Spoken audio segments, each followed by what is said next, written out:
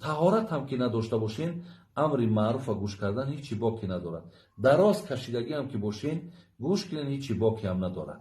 حتی به امر معروف هم یا آیت قرآن هم شما اگر به طهارت هم که باشید، مثال گوش کردن یا در جای خواب دراز کشیدین و مثال در گوشاتون میمونین، خب یا اینکه تلفن هم میمونین یا تلویزیون هم میمونین، هیچی باکی ندارد. شما به حضور گوش کنین. فقط قرآن به طهارتی به دستان قپیدن در اجازت نیست.